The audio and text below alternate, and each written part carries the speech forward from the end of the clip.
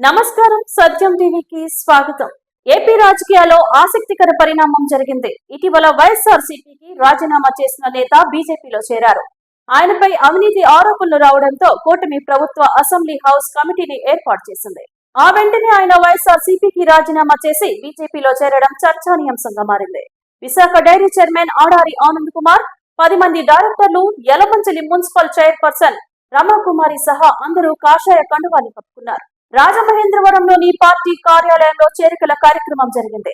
AP BJP అధ్యక్షురాలు దగ్గుపాటి పురంధరేశ్వరి వీరికి BJP కండువాలు కప్పి పార్టీలోకి ఆహ్వానించారు. కొత్తగా బీజేపీలో చేరిన వారు పార్టీ సిద్ధాంతాలు, క్రమశిక్షణకు కట్టుబడి పనిచేయాలని, పార్టీ పురోభివృద్ధికి బలోపేతం కోసం కష్టపడాలని సూచించారు పురంధరేశ్వరి.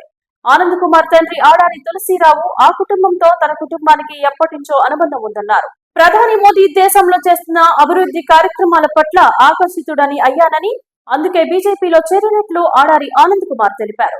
ప్రధాని మోదీ విధానాలు నచ్చాయని, ఆంధ్రప్రదేశ్ అభివృద్ధి బీజేపీతోనే సాధ్యమని భావించానని, అందుకే మోదీ నాయకత్వంలో పనిచేయడానికి బీజేపీలో చేరినట్లు పేర్కొన్నారు. పార్టీ అభివృద్ధి కోసం తన వంతుగా కృషి చేస్తానన్నారు.